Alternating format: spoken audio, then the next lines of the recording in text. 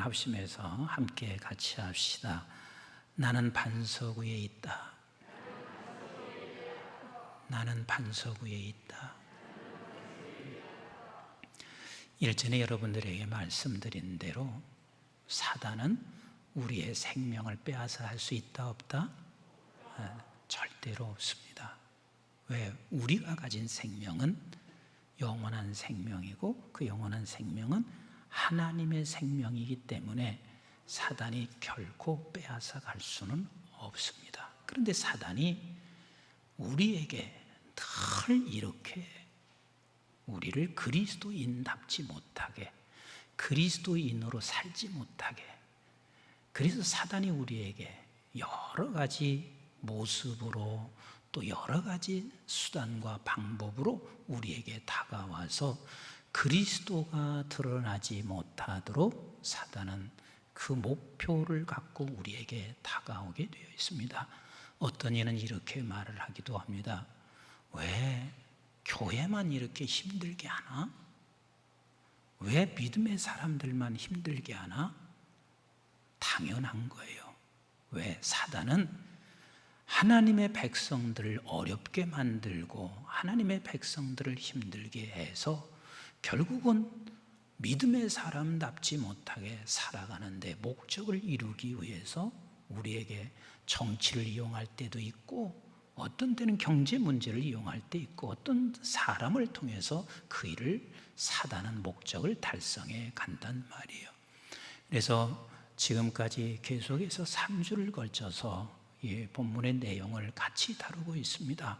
저와 여러분들이 꼭 기억해야 할 것은 우리 한번 같이 합시다.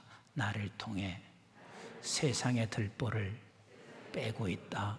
저와 여러분들을 통해서 세상의 들보를 빼고 있습니다. 어떻게 세상의 들보를 빼냐면 세상 사람들의 방법은 저 들보를 쳐다보며 그 불평과 정죄와 아니면 자기의 힘을 가진 것으로 들보 있는 사람을 그 들보를 빼려고 온갖 방법을 다 쓰고 있습니다. 그러나 하나님의 사람들은 세상의 모든 들보를 빼는데 저 들보를 바라보고 나를 보게 하십니다. 그런데 나도 동일한 들보를 가지고 있지만 하나님이 은혜로 나의 들보를 빼주신 것을 보고 상대방의 들보를 바라보며 불쌍히 여겨 하나님의 도움을 요청하고 하나님께로부터 그가 들보가 빼지는 그런 역사를 기대하고 또 하나님은 그 방법을 통해서 세상의 모든 들보를 빼가시고 계시는 우리 하나님이세요. 그래서 저와 여러분들이 내가 세상의 들보를 빼야 할 존재라는 사실을 망각하게 만드는 것이 바로 사단의 계략일 것입니다. 그리고 또 이어서 이런 말씀을 드렸습니다. 저와 여러분들은 예수 그리스도를 드러낼 자들입니다. 같이 합시다. 나는 예수 그리스도를 드러낼 자. 우리는 예수 그리스도를 드러낼 자예요. 왜? 저와 여러분들은 선한 나무, 예수의 나무, 그래서 예수를 열매 맺게 합니다. 예수의 열매를 맺는다는 것은 예수 그리스도를 드러나게 하는 것입니다. 어떻게 드러나게 하냐고요? 우리의 처해져 있는 형편, 환경 속에서 원망과 불평하는 것이 아니라 하나님 이곳에서 예수 드러나게 해주세요. 그래서 하나님 앞에 이사와 기적을 통하여 하나님께서 그 예수를 드러나게 하시기 때문에 우리의 형편을 가지고 하나님 앞에 나가 기도하면 하나님은 어떤 모습으로든 예수 그리스도를 드러나게 합니다. 그리고 어떻게 예수 그리스도 드러나냐고요? 우리의 삶을 통해서 예수 그리스도를 드러나게 하며, 그리고 세 번째는 우리의 입술을 통하여 예수를 증거하고 드러나게 합니다. 지난주에 어떤 모임이 있어서 잠깐 나갔습니다. 그런데 모임 속에 어느 목사님이 저에게 이렇게 말씀하세요. 목사님, 아무개 목사님이 식사 한번 꼭 대접해 주시면서 한번 만나서 얘기 좀 했으면 좋겠어요. 왜요? 지난번에 목사님들이 만났는데 거기서 정치 얘기를 하다가 많이 다투고 상했습니다. 한 목회자가 만나도요, 그저 좀 더 예수 이야기로 가면 얼마나 좋겠어요. 내 정치 얘기하다가 서로가 갈등이 빚어져서 너무 마음이 상해 있는 것 같은데 목사님이 한번 식사하시면서 만나줬으면 좋겠어요. 말씀을 하시더라고요. 우리의 입은요, 자꾸 부정된 불평하는 이야기를 하게 돼요. 그게 누구만 그런 게 아니라 여기에 서 있는 저도 마찬가지예요. 그럴 때마다 빨리빨리 제가 입을 닫습니다.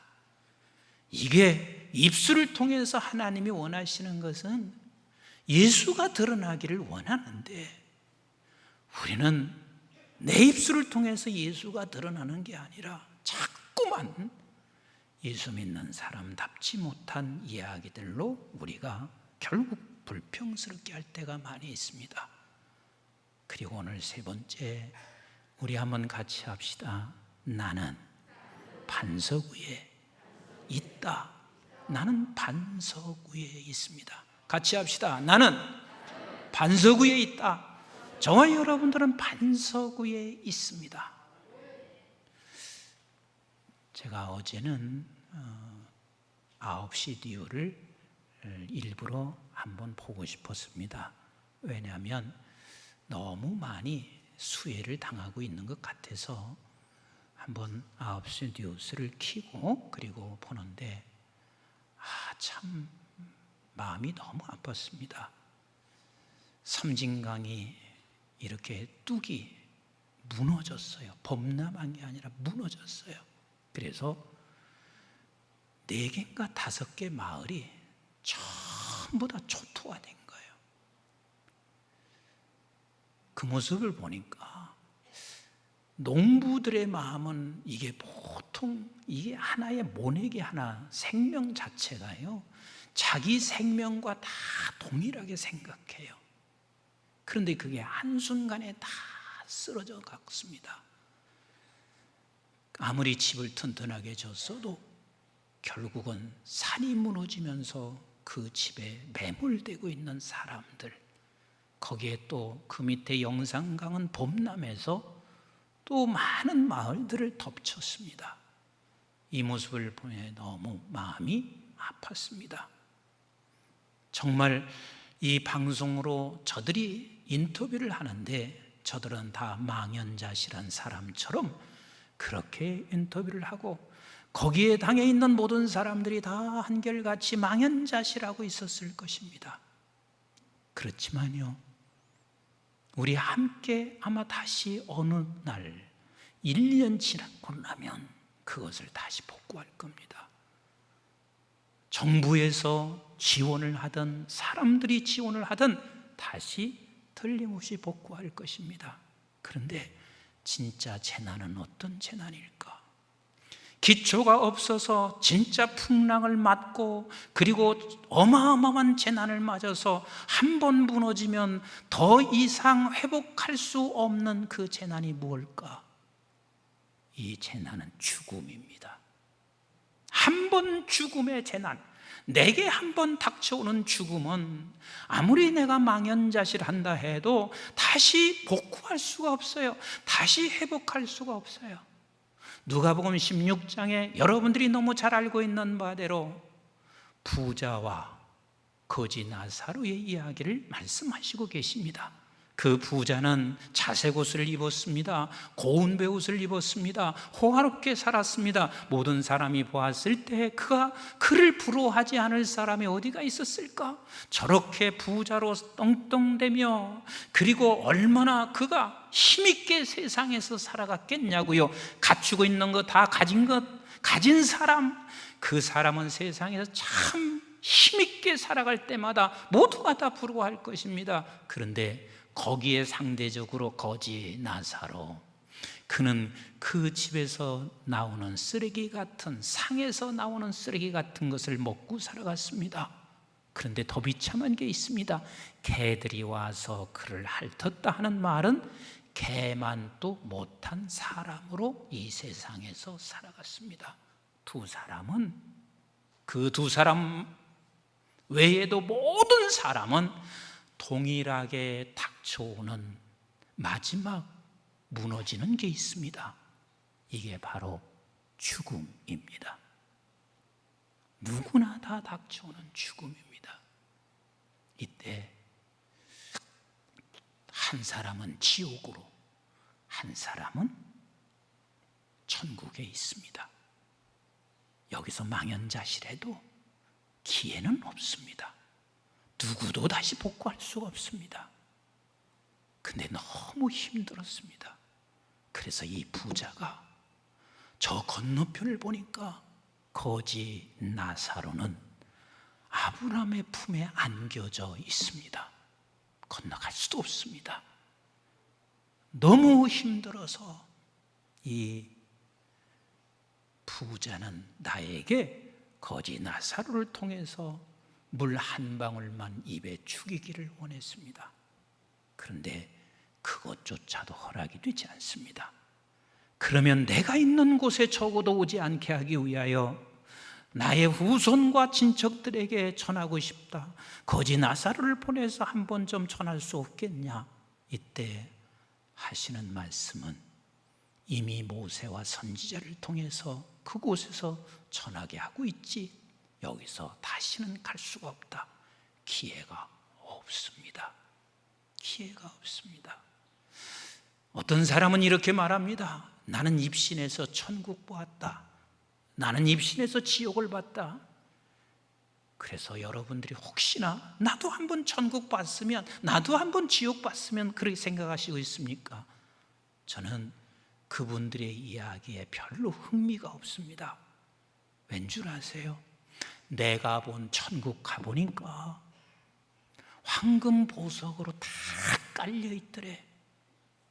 그런데 여러분, 그렇게 비유적으로 표현했을 뿐이지 황금 보석으로 깔려 있는 천국이면 나는 별로 안 가고 싶습니다.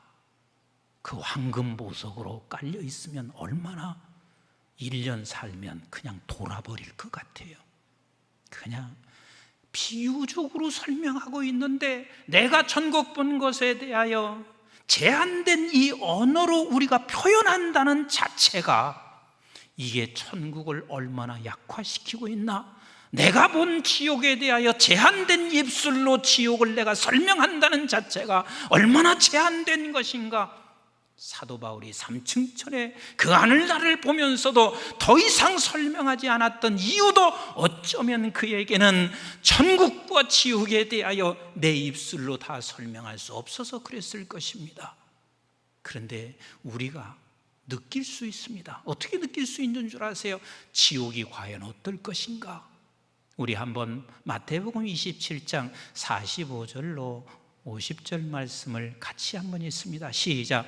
제6시로부터 온 땅에 어둠이 임하여 제9시까지 계속되더니, 여러분 생각해 보세요. 어둠이 계속된다는 게 이게 얼마나 고통스러운 일일까? 빛은 없습니다. 46절 시작. 제9시쯤에 예수께서 크게 소리질러 이르시되 엘리 엘리 라마 사막다니 하시니 이는 곧 나의 하나님 나의 하나님 어찌하여 나를 버리셨나이까 하는 뜻이니라. 그곳은 하나님이 완전히 버려진 곳입니다. 하나님을 저들은 더 이상 기대할 수 없는 곳입니다. 47절 시작. 거기 섰던 자 중 어떤 이들이 듣고 이르되 이 사람이 엘리야를 부른다 하고, 그 중에 한 사람이 곧 달려가서 해면을 가져다가 신 포도주에 적시어 갈대에 꿰어 마시게 하거늘 내가 마실 물이 없고 결국은 마신다 해도 그건 쓴 물밖에 없습니다. 49절 시작. 그 남은 사람들이 이르되 가만두라, 엘리야가 와서 그를 구원하나 보자 하더라. 예수께서 다시 크게 소리 지르시고 영원히 떠나시니라. 이게 무슨 사건이요? 예수님이 십자가에 죽는 사건입니다. 나는 지옥을 이렇게 보고 있습니다.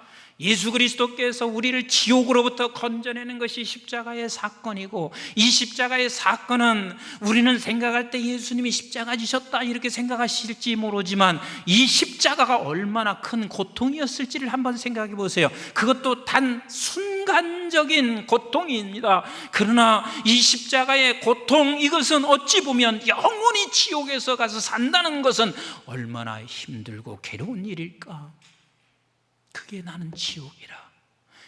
예수 그리스도께서 우리를 지옥으로 건져내기 위해서 순간이지만 이 지옥 속으로 들어오신 것처럼, 우리가 여기서 벗어났다는 것이 얼마나 큰 은혜인지, 얼마나 감사한지 여러분 조금이라도 아신다면 아멘.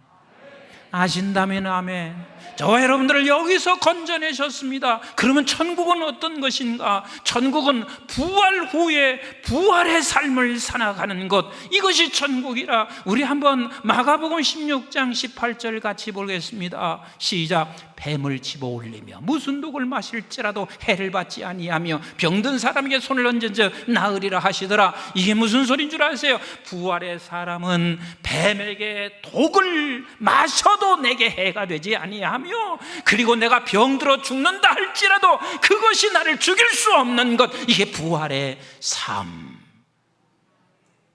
이 사람이 누구냐면 반석 위에 세워진 사람입니다. 이 사람이 누구냐면 저와 여러분들입니다. 그래서 오늘 본문은 이렇게 말씀하시고 계세요. 46절 같이 한번 볼까요? 시작. 너희는 나를 불러 주여 주여 하면서 어찌하여 내가 말하는 것을 행하지 아니하느냐? 주여 주여 한다고 해서 너희들이 그 삶을, 너희들이 지금 영원한 전국을 소유하는 것이 아니야. 내 말을 행해야 돼. 그래서 여러분들은 이게 부담이 될 수가 있어요. 나는 하나님의 말씀을 지난주에 들었는데도 다 까먹었어요.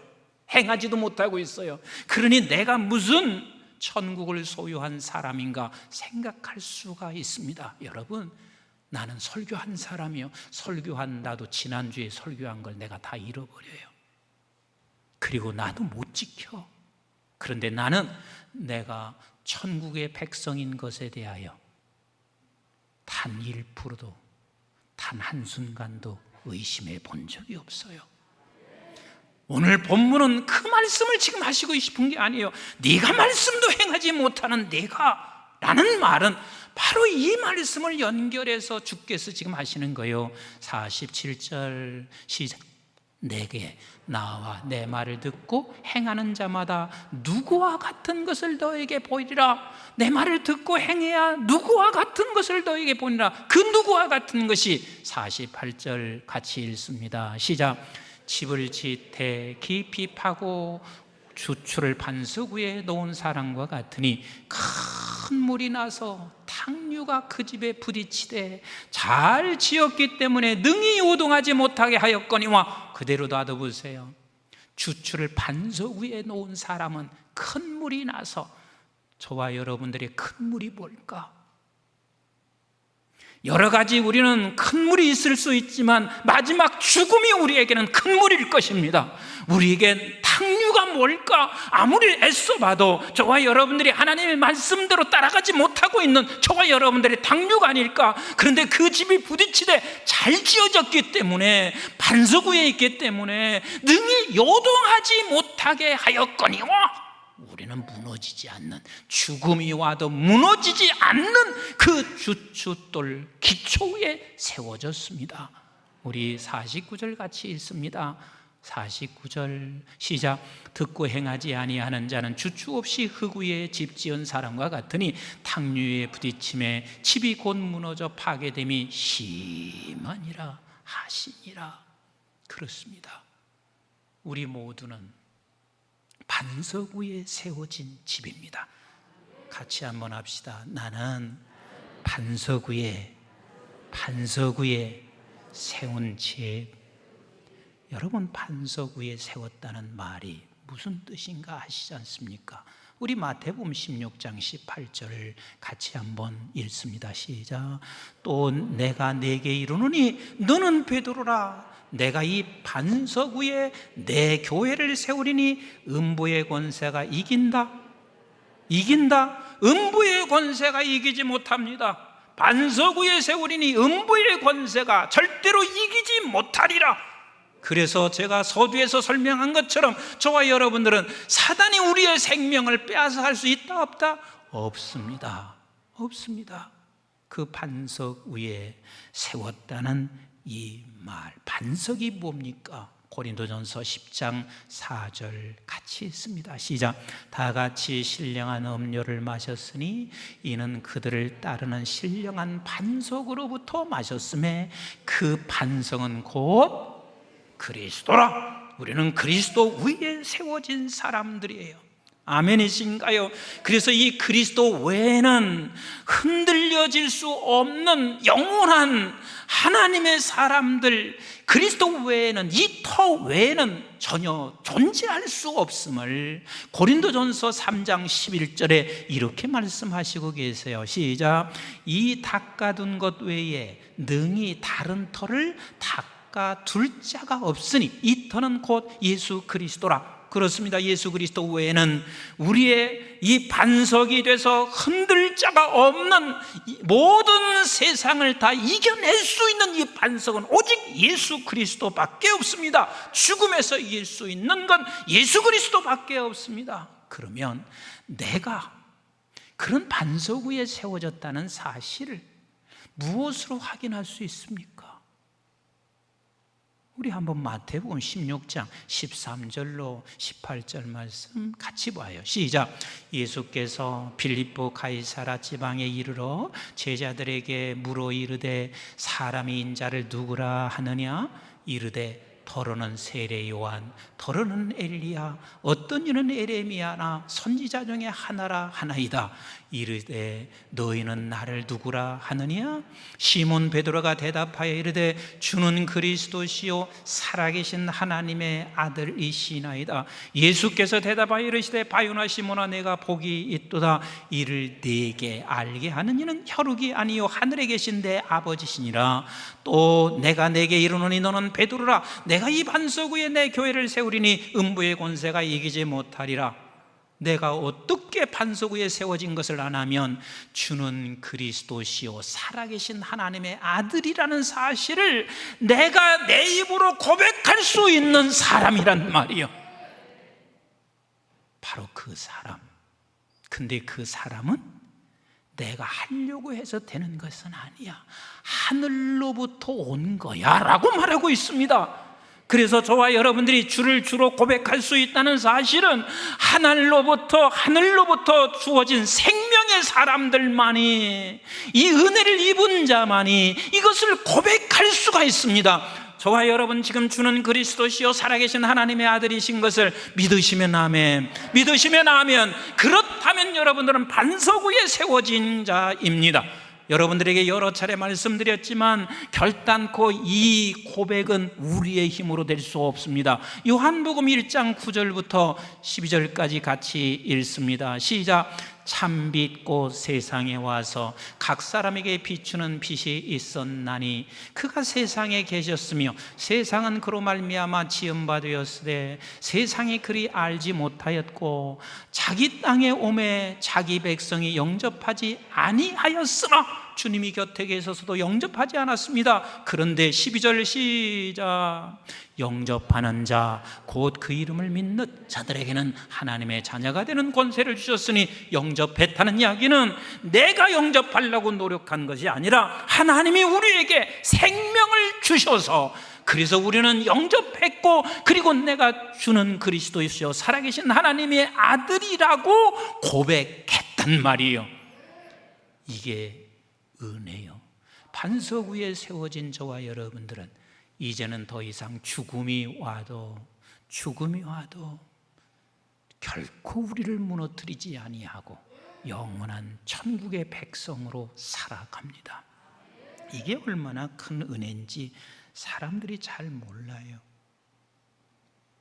지난주는 우리 둘째 아들이 저에게 그럽니다. 아빠, 우리 교수 한 분이 어머니가 돌아가셨습니다. 그래서 잠시 그곳에 들려고요. 근데 둘째가 그 얘기를 해요. 지지난주는 그 교수가 함께 식사하자고 그러더래요. 이렇게 식사를 하는데 이분이 이렇게 말을 하더래요. 내가 지금 많이 힘들다고. 근데 얼굴을 봐도 진짜 힘들어 보이더래요. 당신은 그 어머니가 이렇게 생명의 애착을 가지고 있는 줄 몰랐대. 그리고 사람이 마땅히 시간이 되면 죽는 것인데 그렇게 생명의 애착을 가지고 아들아 조금만 더 살 수 없냐, 조금만 더 살 수 없냐, 그렇게 간절히 얘기하는데 본인이 생명공학자로 생명을 연구하고 있는 사람인데 나 자신이 단 하루도 생명을 연장할 수가 없더라는 거예요. 단 하루도. 어머니는 생명의 애착을 그렇게 가지고 있고 당신은 아들로서 단 하루도 생명을 연장할 수 없는 자신을 바라보며 너무 힘들다. 그런데 임구는 기독교인이니까 기독교인들은 이러지는 않을 거 아닌가 싶은데 어떻게 생각하냐 묻더래요. 그래서 어떻게 얘기했냐? 아빠 이게 저에게는 절호의 기회 아닙니까? 그래서 그분에게 그랬대요. 맞습니다. 기독교인들은 생명의 애착을 가질 수 있어도 애착을 갖는 이유는 그저 좀 더 이 세상에 가치 있게 살지 못하고 간 아쉬움이 있어서 그럴 수는 있지만 기독교인들은 여기서 끝나면 더 좋은 곳이 있다는 사실을 분명히 믿고 있습니다. 그리고 그에게 복음을 전했대요. 이제는 어떻게 될지는 모르겠지만 기회를 주셔서 복음을 전했습니다. 저와 여러분들은 반석 위에 있다는 사실은 그 어떤 것도 우리를 허물 수가 없습니다. 그런데 이 반석 위에 있는 저와 여러분들은 반석 위에 있는 자체만으로도 감사하지만 그러나 반석 위에 있으면 우리 하나님께서는요 멋진 설계를 하고 있다는 사실을 여러분이 믿으시면 아멘. 반석을 해놓고 설계가 없는 그 하나님이 어디가 있겠어요? 멋진 설계를 해놓고 계세요. 그래서 저와 여러분들을 하나님께서 그 반석 위에 올려놓으시고 멋지게 설계해 놓으시고 있습니다. 멋지게. 제가 3주 전인가 문경에서 저를 잠시 초청이 있어서 문경에 갔더랬습니다. 그런데요 제가 가서 얼마나 감동이 됐는지 몰라요. 본인이 정말 꿈이 교회 하나를 짓는 게 꿈인데 이런 그냥 지었다 부셨다 지어서 새로 뭐 또 사람이 많으면 다시 부시고 새로 짓는 거 이런 교회가 아니라 정말 평생 다음 세대에 남는 교회 하나 짓고 싶더라는 거예요. 그래서 자기가 그 땅을 살 때 보니까 나무가 너무 탐스럽더래. 그래서 본인이 마음속에 완벽하게 설계를 했습니다. 이런 교회를 지어야 되겠다. 그래서 그 숲속에 있는 나무들을 이제 작업을 하기 시작하는데 제가 그 교회가 큰 교회는 아니에요. 한 40-50명 들어가는 교회인데 길이 남을 수 있는 교회라. 기둥이 제가 이렇게 한번 안아보니까 이렇게 닿지가 않아. 이렇게 벌려져 있어요. 그게 다 그 산에서 나온 나무예요. 그런데 석가래가 하나도 거짓말 보태지 아니하고 이만큼 돼요. 지름이 한 30cm 되는 석가래야. 그 나무들로 교회를 지었는데 다 자기가 설계하고 자기가 지은 거예요. 부부가. 너무 아름다웠어요. 근데 그게 얼마 지었냐면 10년을 지었어. 얼마 지었다고요? 10년을 지었대요. 여러분, 우리 하나님이 사람도 한 교회를 지을 때 그렇게 오랜 세월, 그분이 그러더라고요. 목사님, 터를 닦고 나서 1년을 지났습니다. 나무를 이렇게 세우고 나서 또 1년을 지났습니다. 왜? 이건 내가 자손대대까지 후손들에게 미치게 하고 싶은 그 교회인데 이것이 허물어지면 안 되기 때문에 10년을 걸렸습니다. 우리 하나님께서 저와 여러분들의 반석 위에 세워놓으시고 같이 합시다. 나를 향한 계획하심이 있다. 하나님은 우리를 향하여 계획해 놓으셨습니다. 사람들은 이렇게 생각해요. 우리 교회가 민족 복음화와 세계 선교를 한다고 그렇게 생각하지만 여러분, 그것보다 먼저 하나님이 계획하시는 게 있는데 그 계획은 나라는 교회가 반석 위에 세워져서 내가 먼저 세워지기를 원하시는 하나님이세요. 내가 세워질 때 세워짐으로 말미암아 세워진 것만큼 내가 민족 복음화 세계 선교를 하게 되면 그것은 정말 아름다워지게 되어 있습니다. 그러나 민족 복음화와 세계 선교가 먼저 앞장섰는데 나는 세워지지 않았어요. 그럼 어떻게 되는 줄 아세요? 바리새인과 똑같이 교만해져요. 그리고 똑같이 우리는 무너지게 되어져 있습니다. 하나님은 우리를 먼저 하나님이 하나하나 세워가기를 원하시는 하나님이세요. 제가 목회에서 한 가지 깨달은 이 놀라운 진리는 저에게 목회 생활에 큰 힘이 되고 있습니다. 뭔 줄 아세요? 목회하다 보면 작게든 크게든 언제나 문제가 생기게 되어 있습니다. 근데 문제가 생길 때 깨달은 한 가지가 그 문제, 저 사람 때문에 이 문제가 일어났어, 이렇게 하지를 않게 됩니다. 하나님이 이 문제 속에서 지금 나를 지어가십니다. 자꾸 제가 뇌까리며 하나님 앞에 기도합니다. 이 문제 속에서 나를 지어가시는 하나님, 이스라엘 백성들 하나님께서 자기 의지와 상관없이 애굽에서 뽑아서 자기 의지와 상관없이 홍해를 건넜어요. 기왕에 홍해를 건넜으면 왜 광야를 걷게 해요? 그냥 뽑았으면 가나안으로 딱 옮겨주면 멋있잖아요. 근데 하나님의 설계는 반드시 광야를 거치게 해. 왜요? 그 광야를 거치면서 이스라엘 백성을 지어가시는 거예요. 우리 한번 신명기 8장 1절부터 3절을 같이 읽어봅니다. 시작. 내가 오늘 명하는 모든 명령을 너희는 지켜 행하라. 그리하면 너희가 살고 번성하고 여호와께서 너희의 조상들에게 맹세하신 땅에 들어가서 그것을 차지하리라. 네 하나님 여호와께서 이 40년 동안에 내게 광야길을 걷게 하신 것을 기억하라. 왜 걷게 한 줄 아냐? 이걸 기억해라. 시작.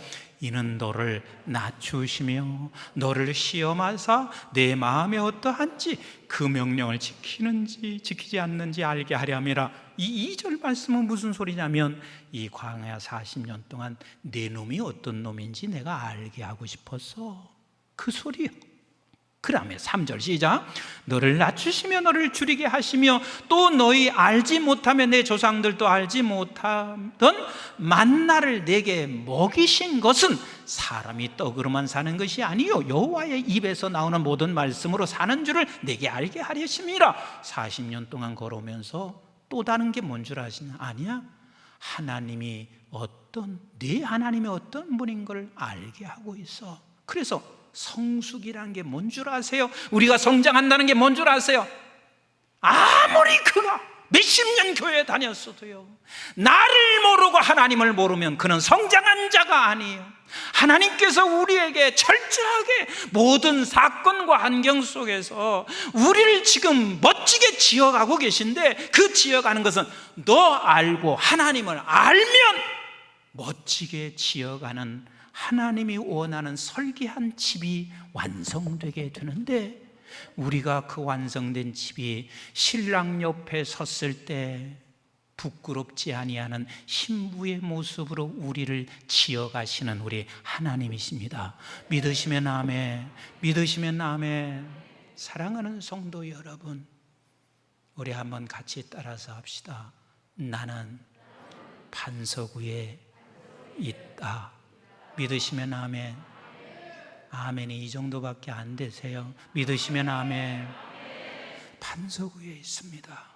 반석에 있는 저와 여러분, 때로는 힘들고 어렵고 또 좋은 일이 있을 때마다 여러분 다른 생각하지 마세요. 아하, 멋진, 하나님이 원하시는 멋진 집을 지어가는구나. 그래서 멋진 집을 지은 것만큼 우리는 민족 복음화와 세계 선교를 이루어가면 그건 튼튼한 반석이 되어지지만, 내가 지어지지 않고 100번 민족 복음화와 세계 선교를 외치잖아요. 그러면 그 사람 때문에 교회 다 무너져요. 꼭 바리새인이 되거든.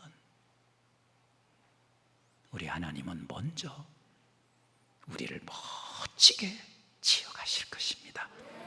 우리 사랑하는 교우 여러분 모두가 다 멋진 신부, 반석 위에서 지어가는 그런 우리가 되어서 민족 복음화와 세계 선교를 이루어가는 우리 사랑하는 교우들 되시기를 주님의 이름으로 축복합니다. 기도하겠습니다.